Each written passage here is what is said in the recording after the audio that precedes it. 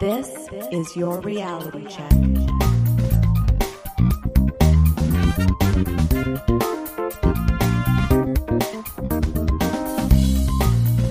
Hi everyone, and welcome to The Reality Check, the weekly Canadian show that explores a wide range of controversies and curiosities using science and critical thinking. This is the show for Tuesday, January 29th, 2019, and I am your host, Darren McKee. With me, as usual, are Adam Gardner. What's up, Q-Balls? Christina Roach. Hey everyone. And producer Pat. Hey, checkers. We have a great show for you today. I'm going to give you an overview of Canada's recently released food guide. Awesome. And then Adam is going to make some noise and tell us if noise meters are fake or not. That's right. It'll blast your ears. But first, I've heard about the superb owl's myths. Christina. Next Sunday, February 3rd, something pretty major is happening that a whole bunch of people care very deeply about. An estimated 103.4 million people, in fact. Because that's about how many people watched the Philadelphia Eagles beat the New England Patriots in last year's Super Bowl.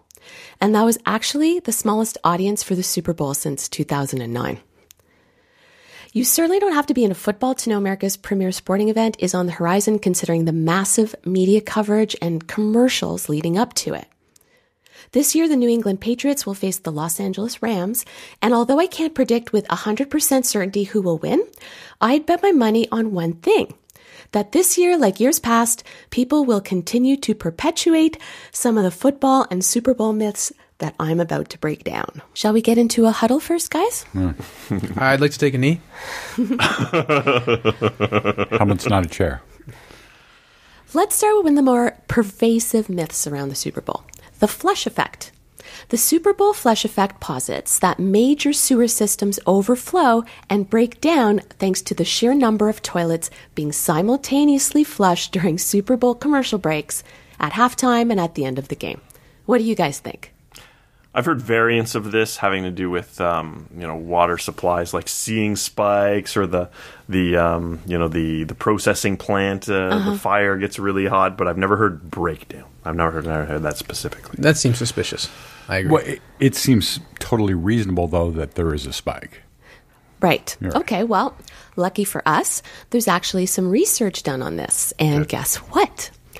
According to Jacob Davidson's article in Money Magazine, 4 Super Bowl myths you really should not believe, Florida's Palm Beach County Water Utilities Department did an analysis tracking real-time measurements of water use during the 2011 Super Bowl against a baseline of weekend consumption. They found a huge spike of water use during halftime and other notable blips in other breaks in the game, or right before the game would resume, kind of thing. Yeah. In 2012, the Department of Environmental Protection cited toilet use spiked 13% in New York City right after the New York Giants Super Bowl win, while the New York Post reported to something that you were kind of alluding to, Adam.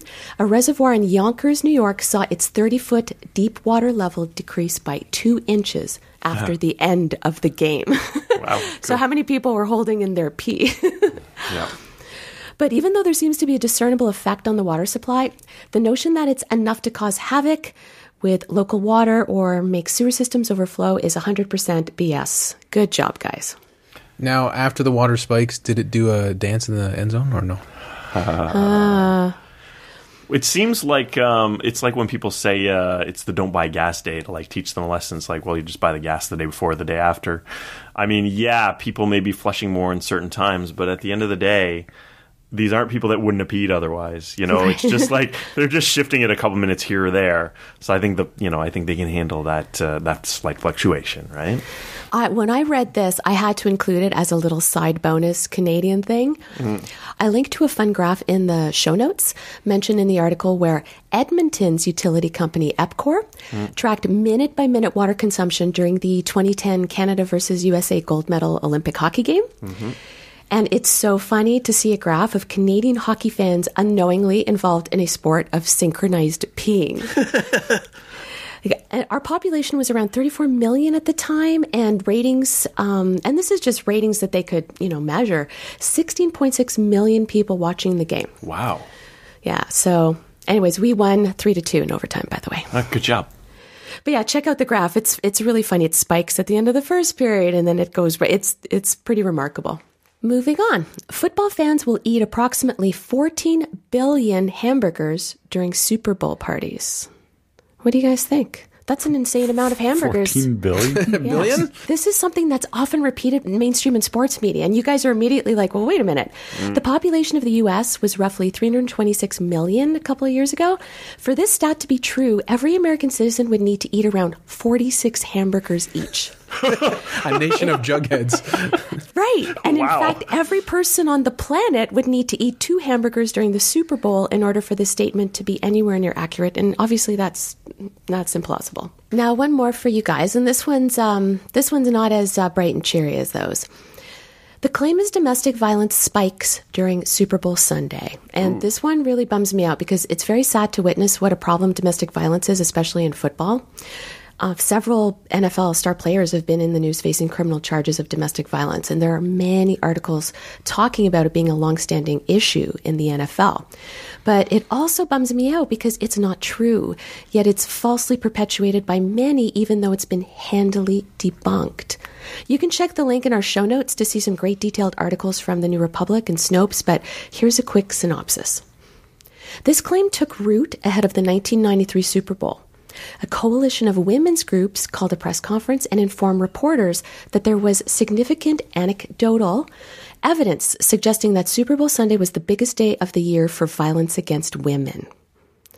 Sheila Kuhl of the California Women's Law Center cited a study from 1990 that claimed police reports of beatings and hospital admissions rose 40% after games won by the Redskins during the 88-89 season. Linda Mitchell, who represented a media watchdog group called Fairness and Accuracy in Reporting, or FAIR for short, she was on hand, which lent credibility to this claim. Robert Lipsyte of the New York Times started to refer to the Super Bowl as Abuse Bowl. The same week at the press conference, a psychologist named Lenore Walker appeared on Good Morning America and claimed that she had compiled a 10-year record showing sharp increases in violence against women on Super Bowl Sundays. Once again, a rep from FAIR was on hand lending credibility to this. The next day, Boston Globe ran a story reporting that women's shelters and hotlines were, quote, flooded with more calls from victims on Super Bowl Sunday than on any other day of the year. Now, you guys can see how this one started to snowball and get out of hand. It gained so much traction that the NFL aired a PSA before the 1993 game reminding men that domestic violence was a crime. But a reporter for the Washington Post, presumably wearing a cape, named Ken Ringel, was one of very few journalists who bothered to check sources behind the claims. When he contacted one of the authors of the study that these women's groups are citing, Jenna Katz, she said that's not what they found at all. She said one of the most notable findings was that an increase of emergency room admissions, quote, was not associated with the occurrence of football games in general, nor with watching a team lose. When looking at win days, they found the number of women admitted for incidents like gunshot wounds, stabbings, assaults, etc. was slightly higher than average, but definitely not 40%. Katz went on to say, quote, these are interesting but very tentative findings, suggesting what violence there is from males after football may spring not from a feeling of defensive insecurity, which you'd associate with a loss, but from the sense of empowerment following a win. We found that significant, but it certainly doesn't support what these women are saying, end quote. That seems to make sense. As soon as you said 40%, I thought that's unrealistic. Yeah. Like is it sort of like how to understand the world, even if you don't know anything about the particular topic, which is my situation here? Like 40%, that's probably wrong. And then that should give a clue to investigate this further. And a minor increase could be due to any sort of minor factor, like maybe they're driving a little more that day, maybe there's more alcohol consumption, anything like that could account for a small increase, right? And to all your guys' credit, it's just using a little bit of critical thinking, right, when you read some of this stuff? It sounds a lot like the claims about animal abuse around Halloween. Oh, right. You know, and we talked about that before, and it's like repeated in article after article, and people claim that they've got stats, and I knew someone that worked at a shelter, and they said this, and it's just not true. It's just not a real thing, you know? Well, in the end, there was no systematic data to support the claim. A forensic psychologist named Charles Patrick Ewing, who was quoted as saying, Super Bowl Sunday is one day in the year when hotlines, shelters, and other agencies that work with battered women get the most reports and complaints of domestic violence. He said, I never said that. I don't know that to be true. The guy who misquoted him piped up and admitted that the quote should have read one of the days of the year, which can mean any day of the year. Right. And the Boston Globe reporter had never even seen the study she cited in her article, so shame on her. Wow. After the 93 Super Bowl, there was a ton of backpedaling, retractions, corrections, but as we know here on TRC, that always receives way less attention than the sensationalist headlines. Right. And from that day forward, football was never associated with violence again. Right. You know, I was saying to Pat earlier, the thing that kind of bugs me about this too is that it illustrates, you know, those situations where there are these claims being made, but who wants to be the guy that comes out against battered women? Do you know what I mean? How things get twisted around? Yeah. And we know the NFL, with their cover-up about the whole concussion stuff and brain damage, is not a trustworthy organization. So then it seems like this might fit into the narrative because you can't trust them. But it turns out this is not true either. Yeah. Sorry, what do you mean not true either? The concussion thing's not true either? The concussion thing's legit, right? Yeah, the concussion thing is legit. Okay. Yes. Will Smith was so convincing in that movie. And that's also a potential contributor to the violence against women by the Football people players in the game, right? Mm-hmm. So that's further complicates it. Yes. There are probably other issues.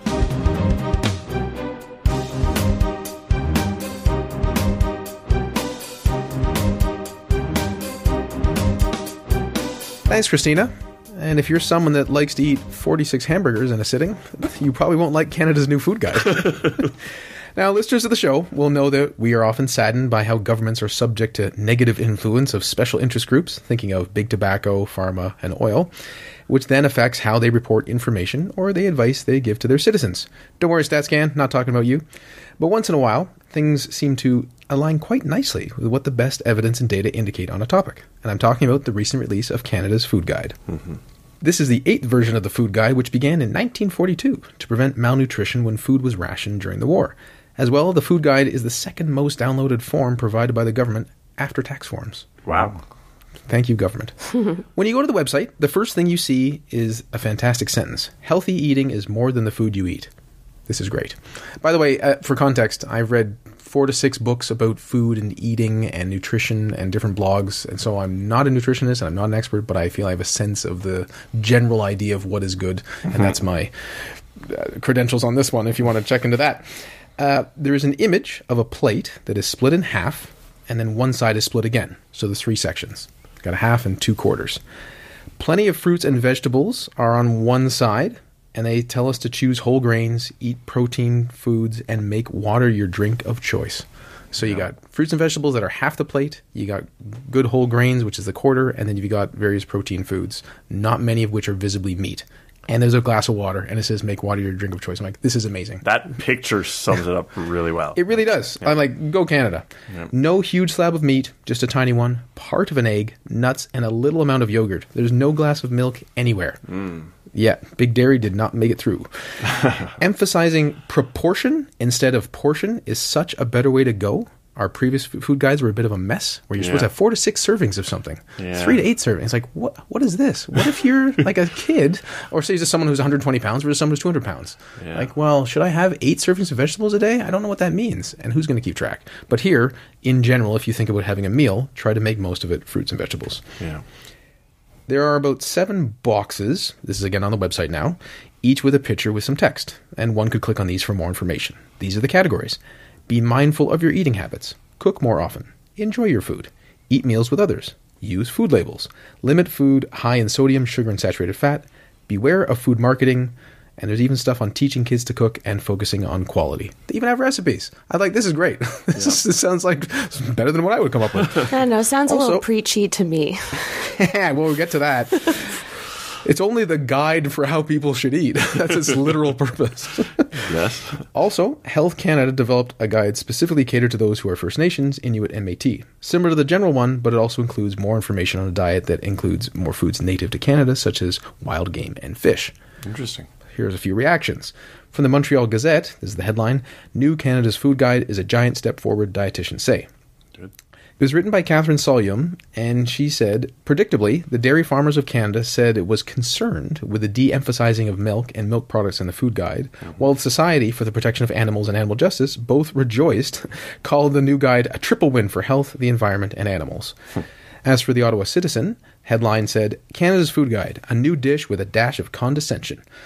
This was written by Sylvain Charbois, and he liked the usage of the plate. It helps visualize just how little meat compared to fruits and veggies there should be. And there's a critique here, which it does have some points regarding how this new food guide goes against some of our own domestic policies, like we have a supply management for dairy. And if you like the whole buy local, then that isn't much reflected here. But I actually don't care about either of those things, so be it. Yeah, they're just trying to tell people how to eat. They're not trying to support some taxes that we have exactly. inside the country that are also problems. Right? It's kind of nice if the Health Canada Food Guide focuses on what the Health Canada Food Guide should be and not be subject to other aspects of the government's policies. Yes. But, and here's a quote, some of it is actually quite condescending, with trite advice only an idealistic health professional would give.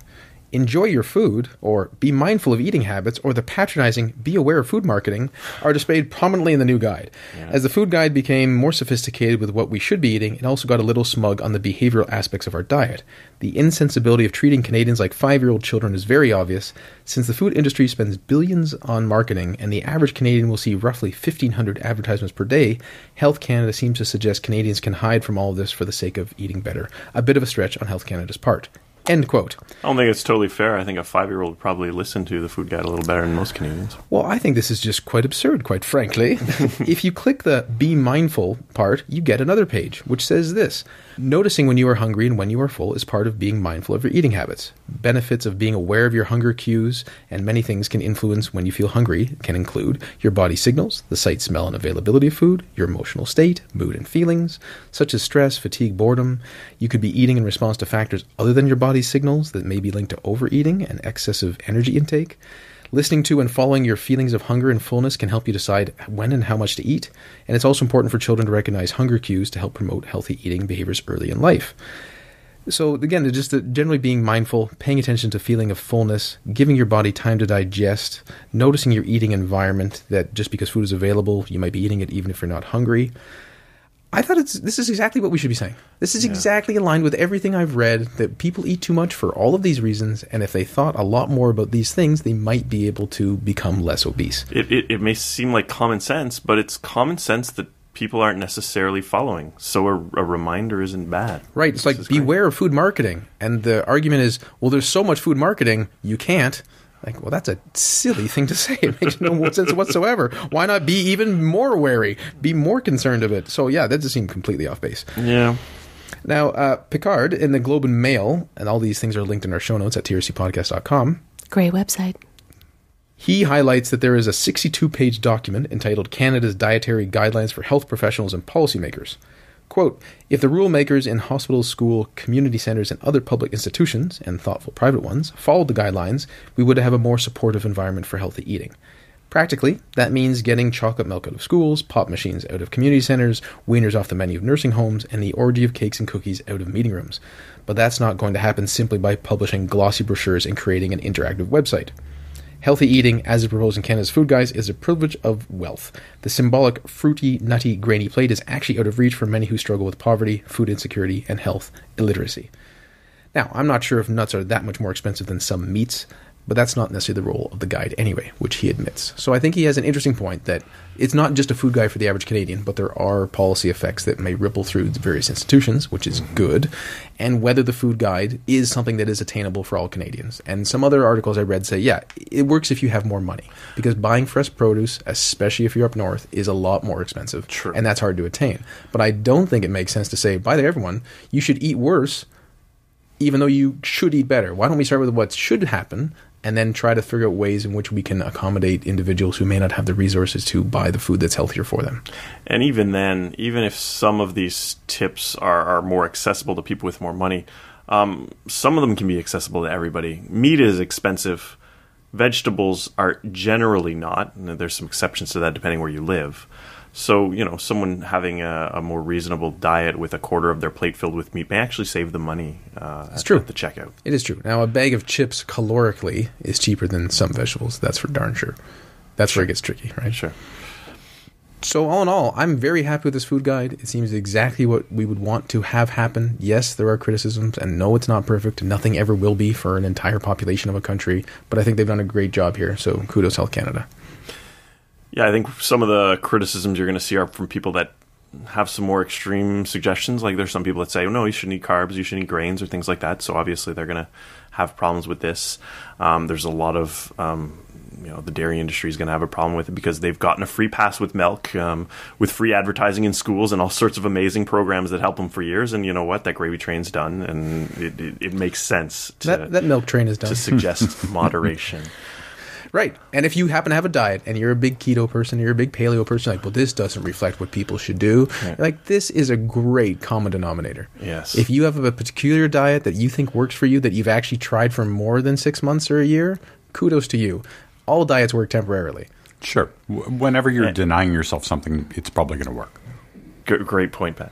And in general, when people have a bad diet, it's not because they're following the food guide to a T. It's probably because they're not really following it. So, if you really do pay attention to this, you will eat well. I think this new one, yes. In the past, it might have been a bit more confusing. This seems pretty straightforward. Try not to assume more calories than you actually burn off, right? Mm-hmm.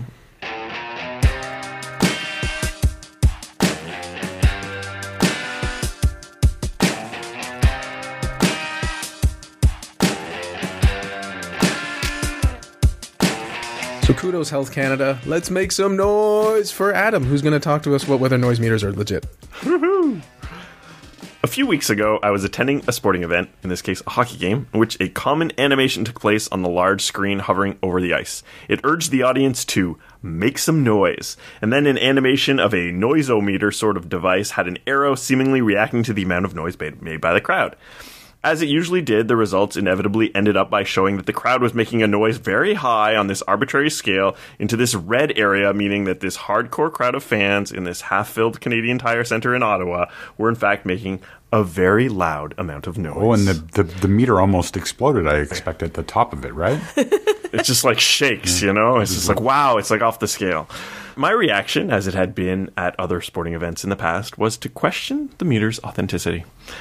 Now, is it plausible that such a meter exists and could measure the sound of a crowd, reflect that noise with some sort of meter, and only go in the red zone when it got really loud? Yes. Absolutely. Yes. Is it plausible that the animation is canned, always doing the same thing, that the people are predictable enough to gradually get louder as they expect that their cheers are measured and rising, causing them to be satisfied by this repeated illusion? Yes. Yep. Yes. Absolutely. So which is it? Now, my mind went to decibels, which may have been a bit of a distraction. Basically, sound is measured in decibels with is a logarithmic scale. This means that it isn't linear. For every increase in 10 decibels, the strength of a sound is actually 10 times louder. Certainly, with every 10 decibel increase on the screen, it didn't seem like there was 10 times more noise, but this doesn't really mean much. The human ear actually distinguishes levels of sound in such a way that an increase in decibels appears to be somewhat linear, so I was just confusing myself with this one. So someone who works more with sound, Pat, that probably seems more logical that a decibel approximates what the ear hears or something. But I'm looking at it and I'm like, I'm thinking too much about my engineering classes when I'm looking at this thing. Sorry to interrupt. So a 10 times increase in sound is perceived as? So every 10 decibels, it goes up 10 times. So it's like 10, 100, 1,000. But your mind thinks it's linear. So like 10, 20, 30, just like it's just going up gradually. So your brain thinks a logarithmic scale is linear, sort of. For sound, the way it perceives sound, and I think light is somewhat similar. I was going to say brightness is the same. That's why I know a bit of brightness, so I didn't know it was the exact same for sound. So like, this starlight, which you can kind of see by, is billions of times less light than sunlight, but we still seem to be able to adapt well, right? Mm-hmm. So I began to pay a bit of attention during the animation. So there's this general trend for the noise to go up as the noise meter is displayed, but the needle wavers and goes up and down throughout the time. If you try to pay some attention to the noise of the crowd, it doesn't really correlate very well with the movement of the needle when you really listen for it. It seemed fairly obvious to me that this particular animation was likely fake. If I were someone who attended more sporting events, I might be able to notice that this is always the exact same animation or something. I'm not sure if this is true, or if there's maybe a canned number of animations which are all a little different to make the illusion more complete. It would probably only take a half dozen or so different animations to convince a viewer that they were all unique. Actually, a viewer who pays little attention might actually be fooled by just one that's always the same thing. But if you wanted a little variety, you don't need to make them different every single time. And so I thought I would do a little searching to see how legitimate these are. And the truth, as is often the case, is a bit more complicated. It turns out that not only is this technology completely plausible, but is something which is actually in use in some sporting event venues. So I was a little confused by this. Could I possibly have been wrong? I found websites selling software specifically to be used on those large Jumbotron-style screens, which simply need a mic to show the sound level. I also found that some venues have a dedicated meter showing the noise level at all times. Of course, this doesn't mean they're all real, as there are always many such venues which simply show a bit of animation to encourage people to make noise.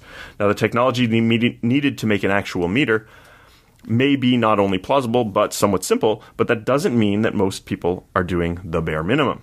We can speculate as to why they might not be real in many cases. Just the logistics of where to set the mic up might be an issue. So if you put that thing too far from the crowd, and your measured noise ends up just being a fraction of what it might be if it were really right in the crowd in the noisiest area, then it's kind of sound underwhelming.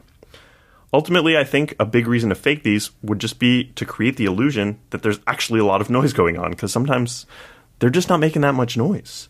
At my last hockey game, the crowd was only about half full, as I mentioned. And I'm sure that this crowd of public servants is eager to have a good time, but still get out of there in enough time to avoid the traffic in the parking lot, was just, busting the needle on that noise meter right off of the top, just like at any other venue, maybe in a more excited city. I'm just not convinced that the crowd in Ottawa is making as much noise in Montreal or New York City. I don't know. Crucify me for that, Ottawa. Now imagine a make some noise animation followed by a meter where the needle hovers unimpressively around the 1/3 mark, nowhere near the arbitrary red zone on the dial.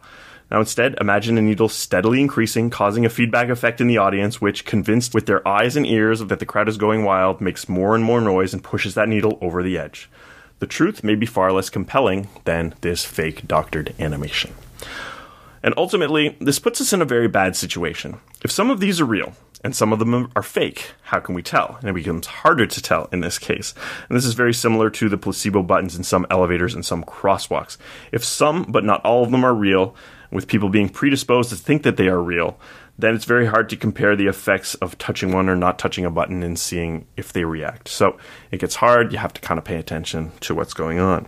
And in the case of these noise meters, some things to look out for would be to see if the relative level of sound is reflected in the level shown on the screen, whether the max level reached always seems to be the same despite the crowd not always being quite as excited or having less attendance. So maybe earlier in the game, the crowd's making less noise than towards the end, or if your team's losing, people aren't going to be that excited. They won't be making as much noise. Ultimately, I think a lot of these noise meters are indeed fake. I think everyone I've ever seen is actually fake. This won't always be true, and feasibly, the number of real ones may increase over time. Or whatever, just enjoy the game. Don't let me take the fun out of everything. I don't really do this whole sports thing anyway. Don't people listen to the show to have less fun in their lives? Isn't that our wheelhouse? Yes, I guess.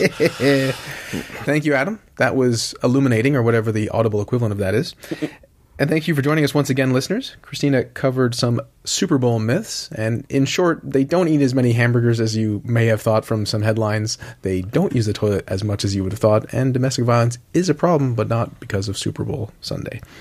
I covered Canada's new food guide, which I'm delighted by, and hopefully people will just eat more fruits and vegetables and less unhealthy things. The broader context of eating matters as well. And Adam looked at make some noise meters and whether they are fake, and it's highly likely that the ones you've ever encountered at any sports stadium are fake, even though the technology very much likely exists. Until next time, think better to act better. Peace out, cute boys. Stay classy, not smart-assy. We'll talk to you next week, everyone. For show notes or to discuss this episode, visit our Facebook page and website at trcpodcast.com. For general inquiries or to send a topic or parody suggestion, email info@trcpodcast.com. Help support the show by leaving a review on iTunes and liking us on Facebook. Follow us on Twitter at TRC_podcast.